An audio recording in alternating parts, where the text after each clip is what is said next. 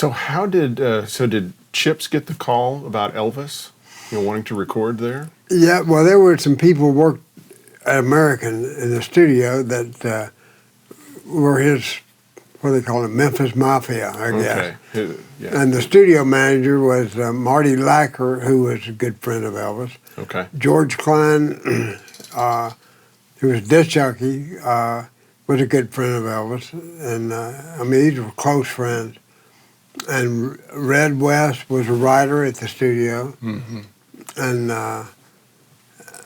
anyway, Elvis had booked a week or two out in L.A. with some musicians out there. And anyway, the drummer, Hal Blaine, Yes. had gotten sick. And so he was going to have to cancel. And I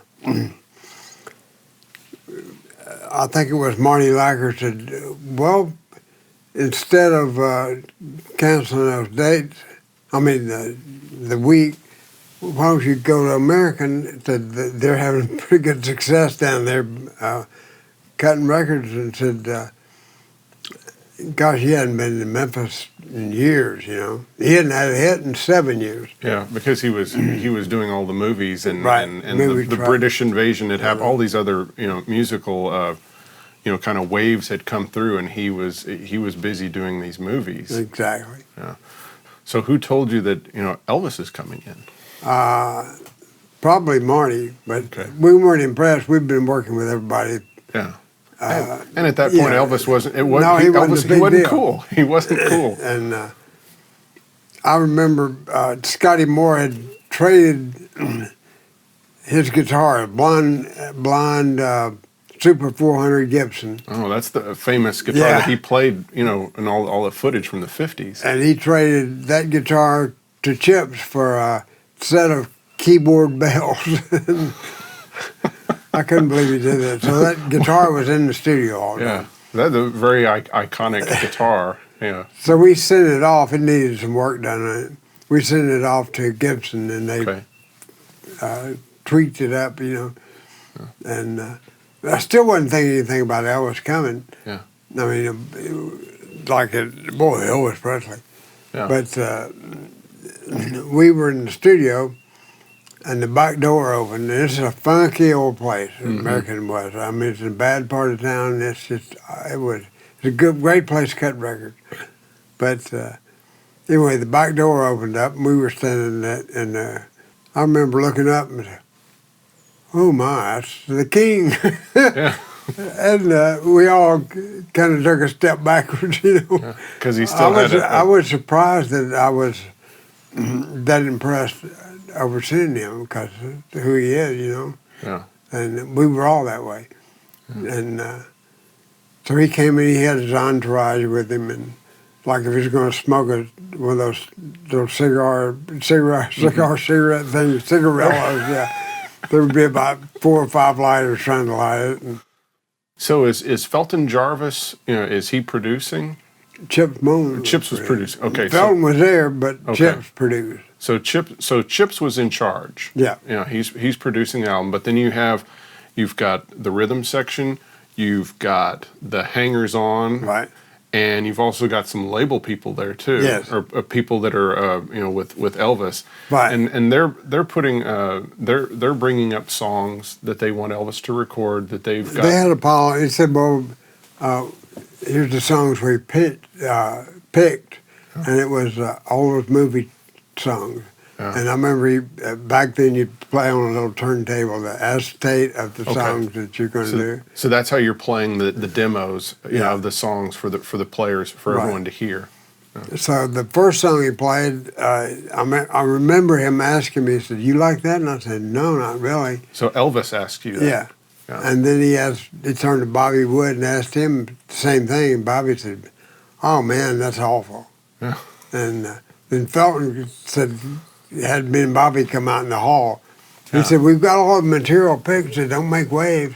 Yeah. And I said, well, he asked me a question, and it was an awful song. It's not a top 40 song or anything. Yeah. And the moment pitched him, we had cut Suspicious Minds on Mark James. Who wrote the song. Who wrote the song. Yeah. He pitched that song to Elvis, and getting away from those movie things. You know? Yeah. So did he pitch it by playing the acetate of it? Yeah. Okay. And Elvis loved that song. He said, "Oh man, I like that. I'm going to do it." Okay. Well, when he walked out of the control room, it's a guy in a suit. Went up to Moman and said, "You know, if he does this song, said we got to have the publishing on it." And it didn't sit too well with Moman. And Moman said, "Well, we got a reputation for cutting hit records. If you don't want to do that, why don't you get all these people, Elvis and everybody's with him, and get out?" Yeah. That's what he told him. Said, "For all I know, you might be the president of RCA," and he was a vice president of RCA. Okay. And anyway, that got back. I think George Klein told Elvis what was going on in the control room. You know? So is Elvis out in the main room? Yeah. Yeah. So Elvis came in and said, "I'm going to cut that song," and they'd called Colonel Tom. I mean, Yeah. and Colonel Sanders. What am I thinking? That's more appropriate. Yeah, you're right. Yeah. And Colonel Parker, and I said, "Well, he said, "Well, let him go ahead and do those songs. And there's not going to be anything happen with them anyway." Okay. So. And so we got Suspicious Minds, just about like how we did it with Mark, Okay. because we'd all played on Mark, and everything on that album, was good songs. It wasn't out of that pile that he brought with him, and they all turned out great. And the entourage had left, and all his hangers-on. They left Elvis and the five of us in the band, and Moman and Felton, and one engineer from RCA. And man, we got down to some serious recording, because he knew he hadn't had a hit in so long, and he wanted to do his best, you know. He was hungry. Yeah. So we did that, and then The Ghetto, and about 3 or 4 hits off of the album that were really big. It looks like you cut around 30 songs. Yeah, we did. Yeah, and then it was kind of separated out into a couple of albums. Yeah. So you cut these sides with Elvis.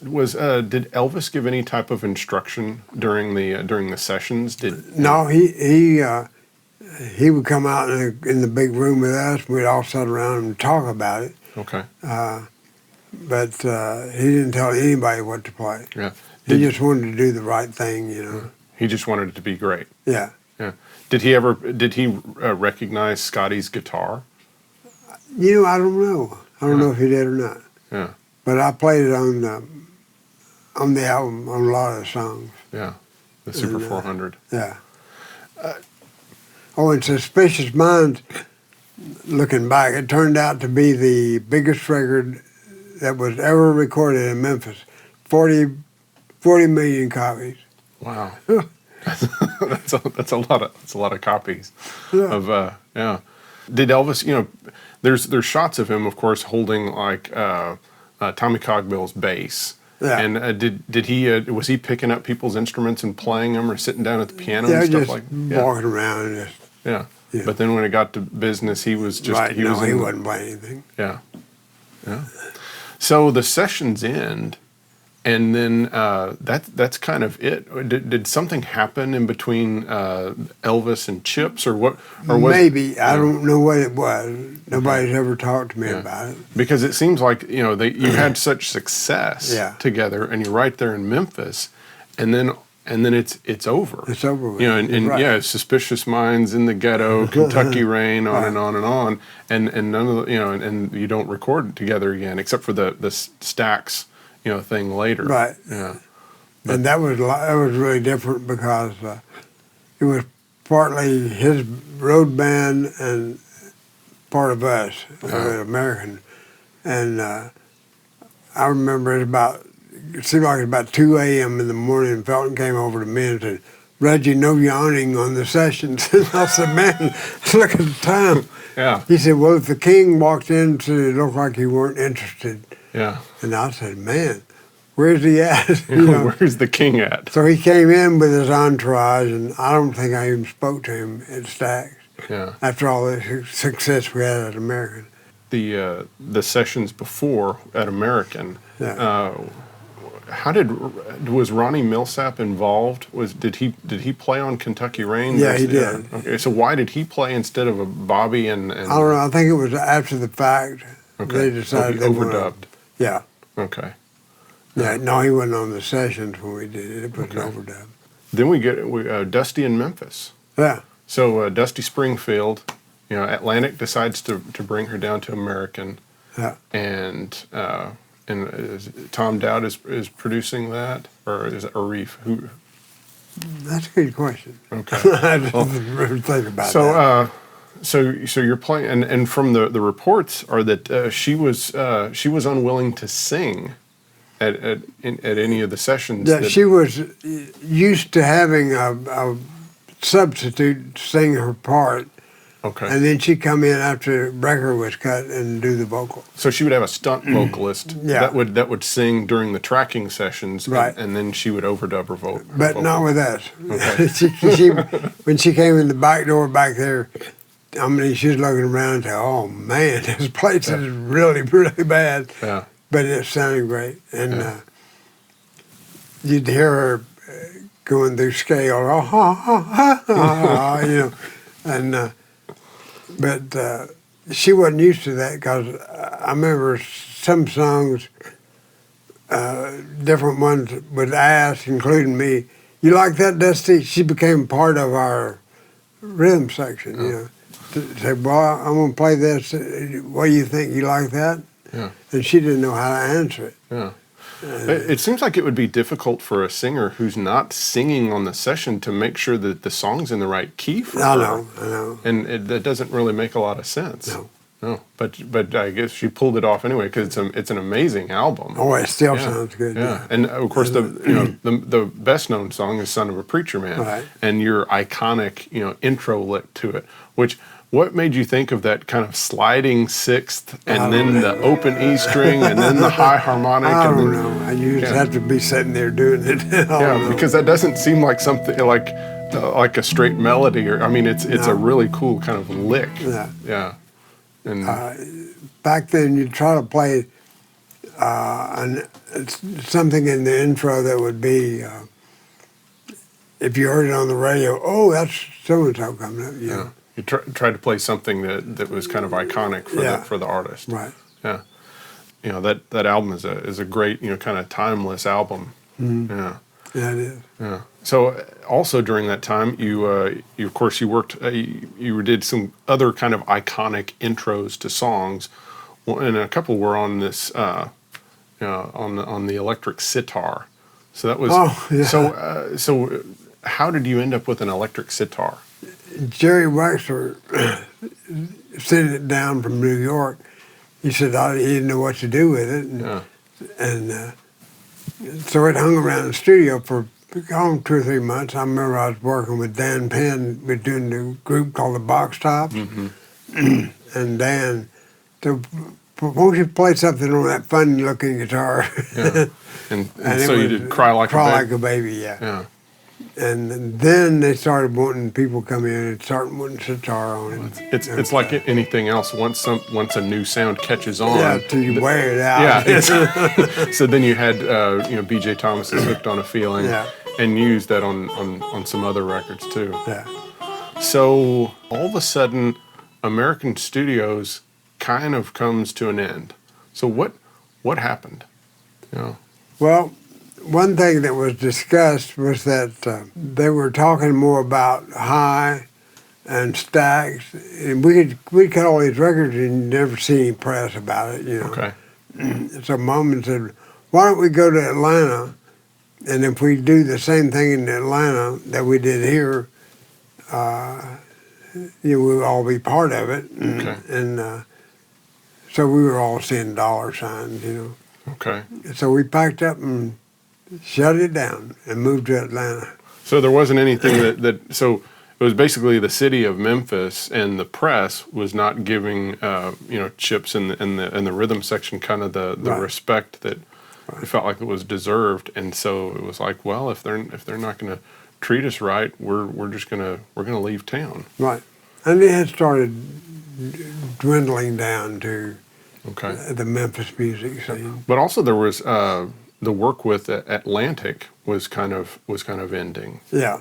Yeah. Was there something that happened between Chips and Jerry Wexler? Or? I don't know. No, well, Wexler moved over to Muscle Shoals. Okay. And he was also working in Miami also with Criterion. Oh, yeah, he did. Yeah. And anyway, so we did that. I thought Chips was sort of talking. He said, we all moved to Atlanta. And gosh, in the next couple of weeks, the board came out and got on a truck and went to Atlanta. Yeah.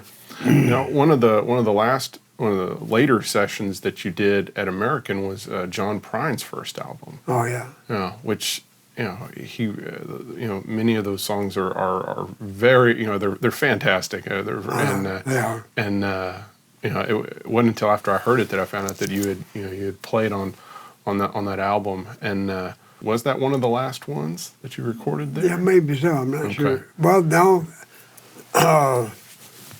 Good Time Charlie's Got the Blues, I think, wow. because when I moved over here, it was on the air. It's playing on the radio. Okay, so it's Danny O'Keefe. Danny O'Keefe. And on that song, that has you playing this volume swells, right? In kind of the fills and the intro to the song. Yeah. And so you moved to Atlanta. Did you move your family down to Atlanta? Yeah. Okay, so you moved to Atlanta, and then what happens? Well, we just sat and looked at each other. We recorded Roger Miller, but nothing became of that. And I remember after I was there a couple of months, I told Chips, I said, I hate to do this, but I got to cut you loose. We were very close friends. Yeah. I need to get back to work, I said, we're not doing anything. I can't see where we will do anything. So I gave my 2 weeks notice. And I came back through Nashville on the way going back to Memphis. Mm-hmm. And I stopped at Quadraphonic Studios to see Norbert and David Briggs. David Briggs was a good friend. That you knew from the Muscle Shoals days. Yeah. And David said, would you like to work while you're here? And I said, well, sure, why not? And I've been here ever since. Yeah.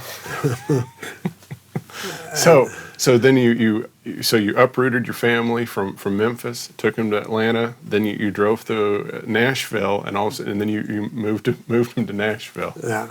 So you've been playing on pop and R&B and singer-songwriter kind of albums, and all of a sudden, I mean, were you a little trepidatious to move to Nashville, which is mainly known for for country music? Yeah.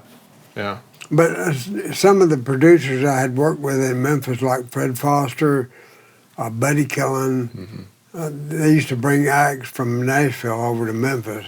So, and they always tried to, Reggie, you need to move to Nashville. I said, no, I don't think I want to be in that country music thing. Mm-hmm. And but it worked out good. When they heard I was in town, they booked me on their roster, And so you said that Good Time Charlie's Got the Blues was at the top of the charts. Yeah. When you moved to Nashville, Right. so that was kind of one of your calling cards at that point. It was, because a lot of artists at the time said, well, get that guitar player that's playing on, they thought it was a steel guitar player. Okay, yeah, And, because of the volume swells. Yeah. And so I got hired from that record. And then Dobie Gray happened. We did Drift Away. Yeah. And that solid, I was in solid then. Yeah. Because all the country singers, along with the guitar player that played on Dobie Gray's record, Because that was a big pop hit. Yeah. And it's such an iconic intro. So. Right. What made you think to kind of arpeggiate the chords for an intro? I don't know. I sort of stole from myself. I had written a song years ago with a friend of mine, Red Williams, and it was sort of like that, the intro to that old song, and it just came up. Yeah. And anyway, I kept that style. I didn't really change a lot when I moved over here. I played pretty much the way I did in Memphis. And only I was doing a lot of country music, but At that time, kind of the top guitar player probably would have been Grady Martin, and he was playing kind of the big Gibson 335 Right. Echoplex Fender amp Yeah. type sound, and his type of playing, which didn't really have much bending in it or volume swells or it was he kind of had his own kind of jazzier style of playing. He was a great player. He was sort of an idol. Yeah. I remember when I first moved over here, I was on a session, and the producer said, "Reggie, play this, play the chorus on this song we're doing, like Grady Martin." Yeah. And I thought for a long time. I said, "Doesn't he live here?" And everybody laughed. Yeah. And I said, I mean, I really couldn't figure out why on earth he would hire me to play like Grady Martin when he could get, all he has to do is call Grady. Right. And anyway, they thought that was funny, and I never lived that down. Yeah. So you had a different playing style, from the other players in Nashville, and you had a different sound. So were you mainly using Fender guitars? So you had like your Telly and that Telly right there. Yeah. And then you ended up buying the Stratton. So Right. so the Nashville sound, because many people think, oh, the Telecaster is the Nashville sound, but it wasn't really. It was more of the Gretsch and Gibson type sound all through 50s, 60s, and into the 70s. And so you were part of the kind of vanguard of that the Fender sound, as far as in Nashville. But this guitar, the front pickup is a Bill Lawrence pickup. Okay. And it sounds like an acoustic guitar. Yeah. I've never played a Telecaster that sounded like that. Yeah. But that's not the pickup that you had in the guitar back then, is it? No, I had the original pickup. Yeah. We went somewhere in L.A. to play with Dobie Gray, and I couldn't turn my volume up without my guitar squealing back. Because you were getting feedback Right. off the neck pickup. So when I got back home, I had that one modified. So Drift Away, very again, iconic guitar parts, and you have the kind of the fat toned intro and fills on the verses, and then you have the really twangy low string, Right. kind of licks on the choruses. Some people have indicated that was two different players. Was that you playing both? That was me playing. The fills was done with the Les Paul. Okay. And I think I had a 69 Les Paul. I've still got it. But that's what I played the fills with. Mm-hmm. The other parts were played with a Telly. Okay. Twangy stuff. Yeah. And I might have doubled what I played. At the intro, sounds the intro sounds like it's been doubled, and like maybe they messed with the tape speed or something, because it almost sounds like chorus. Yeah. Yeah. Because there was no chorus at No. at And that they point. used to could do that. They Yeah. slow the tape down or speed it up and do it again, Yeah. And I forgot about that. Yeah. There was another kind of iconic intro that's really ear catching, is the I Can Help. Yeah. Yeah, I found a clip online of you showing how to play that lick, so people can look on YouTube, and there's footage of you showing a gentleman in Sweden how to play that lick. So if you want to learn how to play the opening riff to I Can Help, you can Google that, as it were. That's funny. When we recorded that, I was just sitting there goofing off, And Chip Young was a producer, and he said, "Hey, that would make a good intro." I said, "You've got to be kidding!" Because you were just doing kind of a finger exercise. That's all I was doing. Yeah. And I said, maybe I can put another part with it and make it sound a little better. So I did that whole tone scale. Yeah. And so that's where that came up. He played the solo. Right. And it was. Boy, trying to play that live is hard. The way you, because you kind of figured out a way to play it, one guitar part, to play it live. And I was, it's difficult to play. I was trying to, figure it out last night. So you have a number.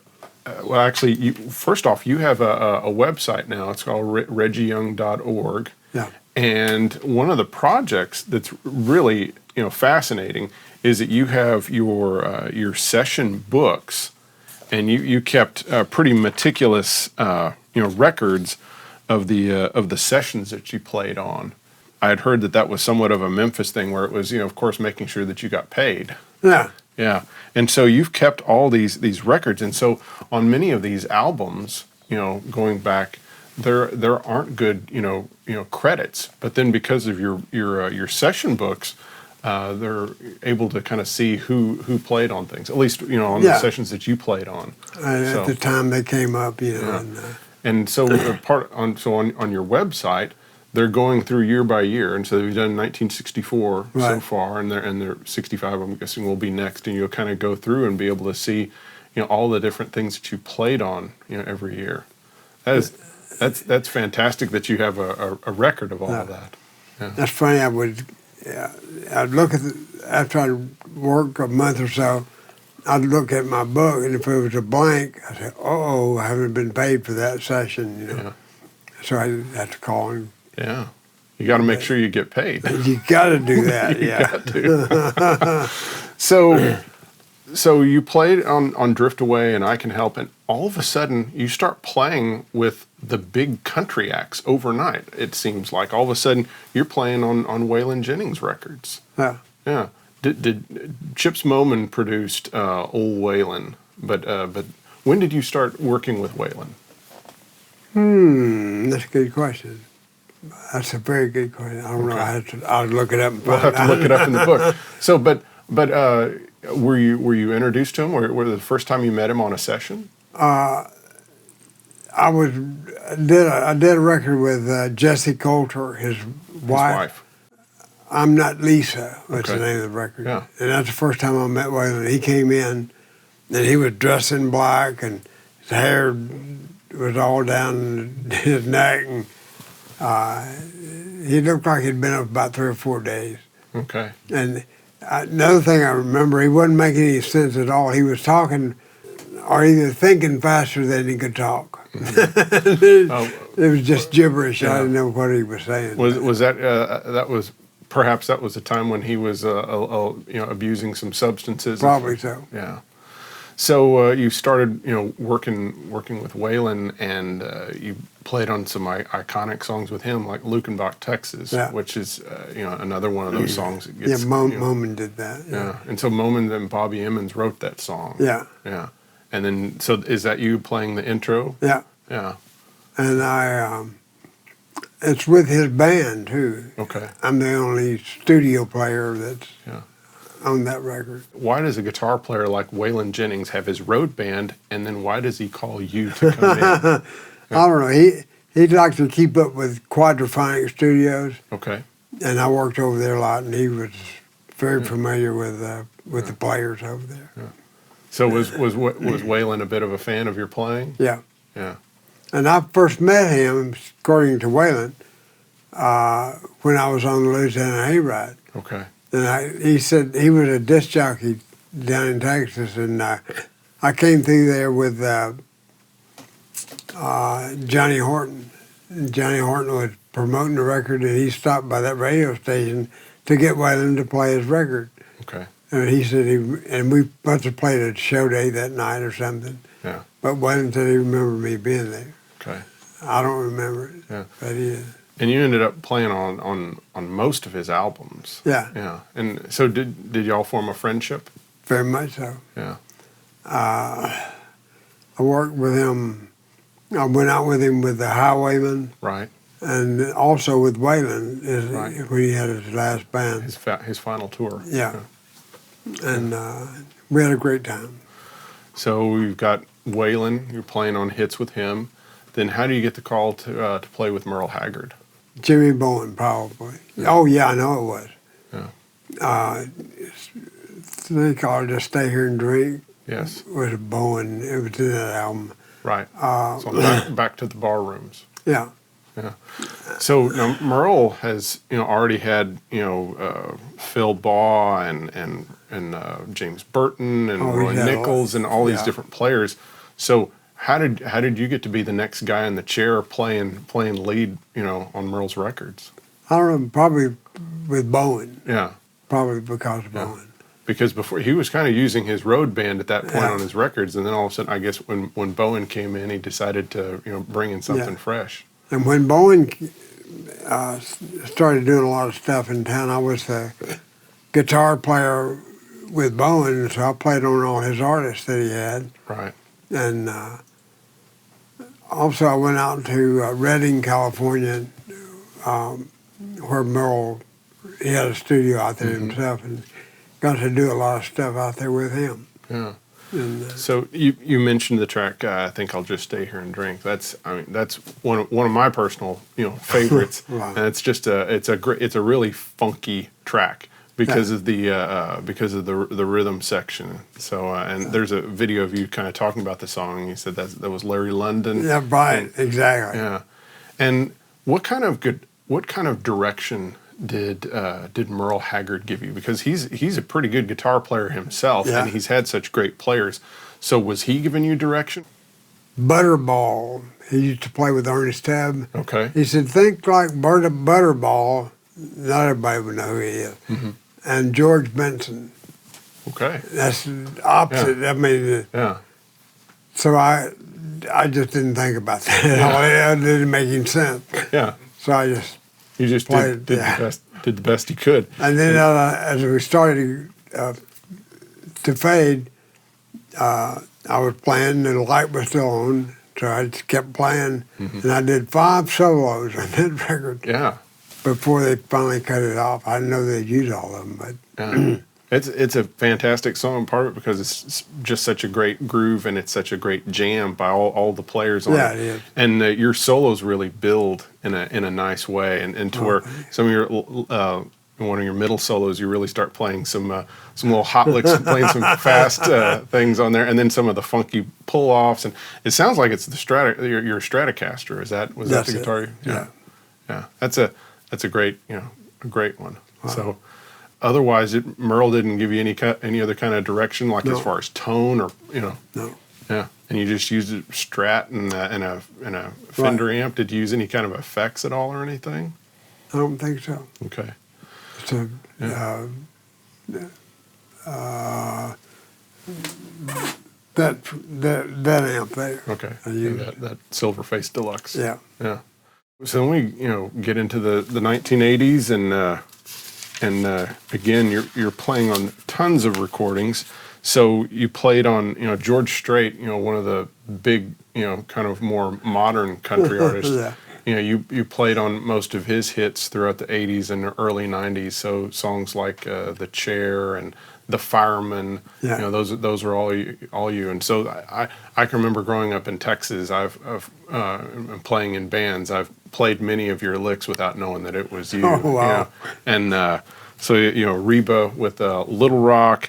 One of my favorite, another one of my favorite Waylon tunes is Rose in Paradise. Oh, played some really nice. I like that one too. Yeah. And then you worked with Dolly Parton. Yeah.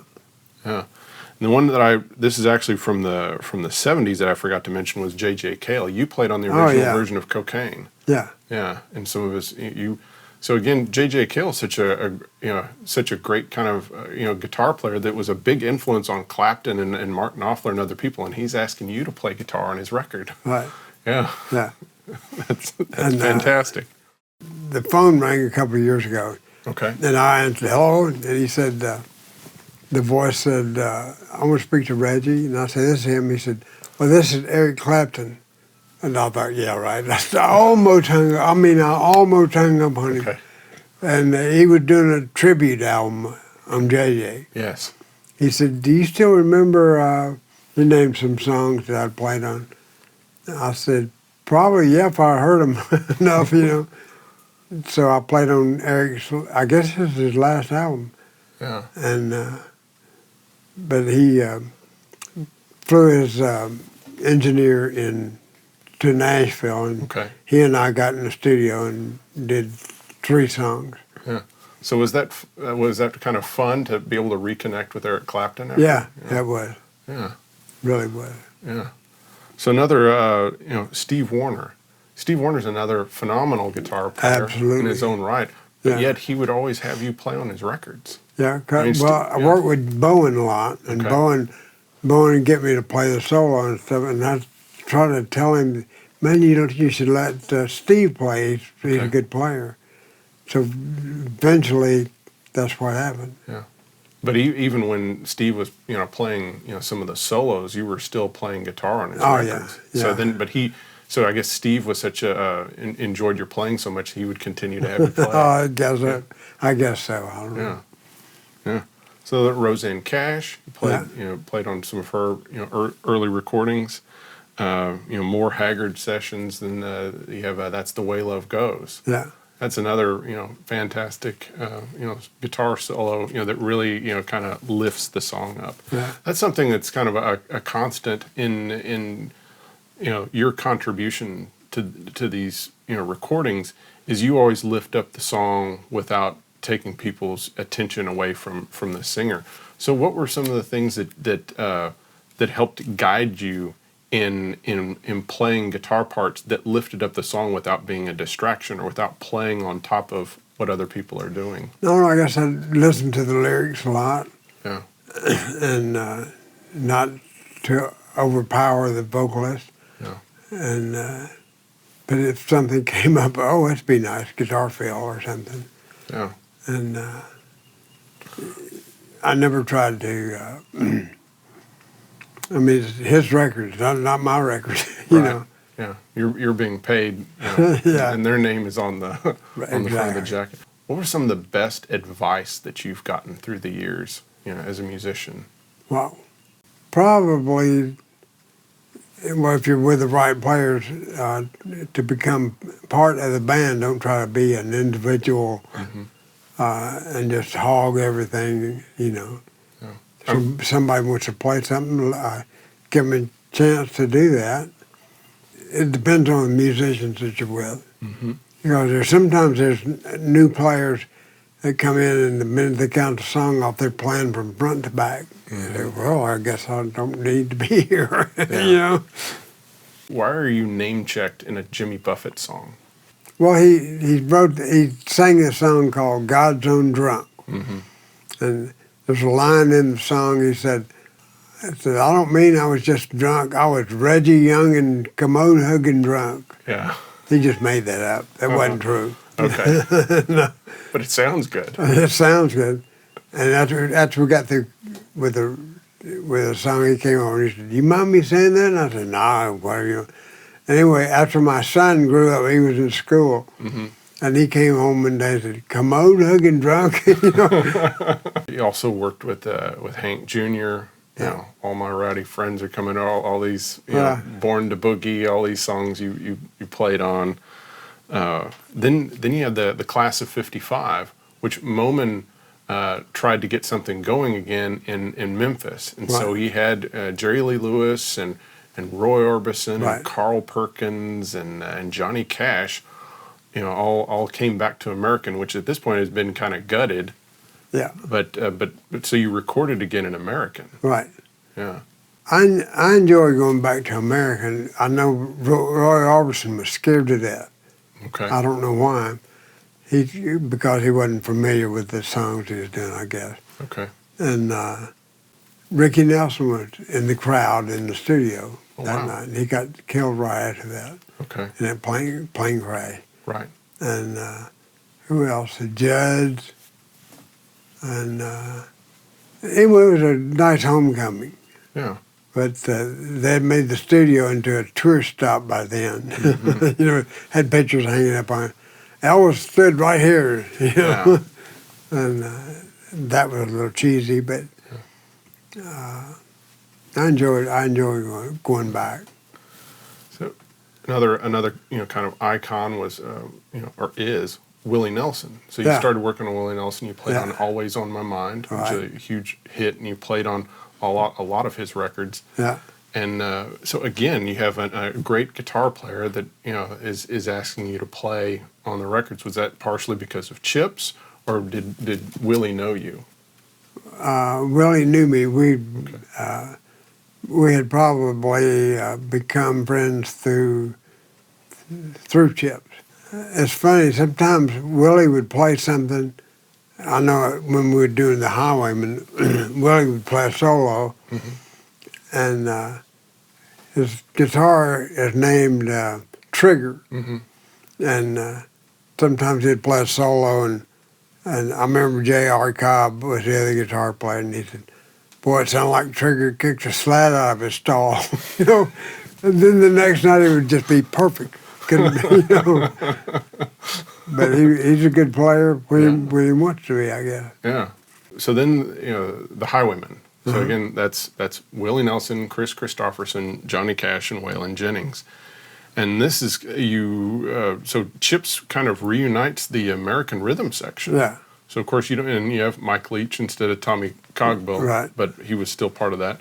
And all of a sudden here you are with especially with Waylon and Willie Nelson, you were two other great guitar players, and you're the lead player with them. Yeah. And so who was that kind of a unanimous decision? Was there any jockeying for position as far as like who's going to be the lead guitar player on this tour? No. Yeah. Not It was really. Reggie. Yeah. Yeah. They sort of left me alone, do whatever you want to do, you know. Yeah. You're playing that 60, the footage shows you you're pretty much playing that 69 black Telecaster, and you're playing all those artists' music. Was that the first time you worked with Johnny Cash? No. Okay. I knew him back in, back in the 50s when he first started. Yeah. Him and Luther Perkins. And Okay. they had a 15-minute or a 30-minute radio program in Eddie Bond's station that he worked at on Saturdays. Yeah. The live radio show. Anyway, we go way back.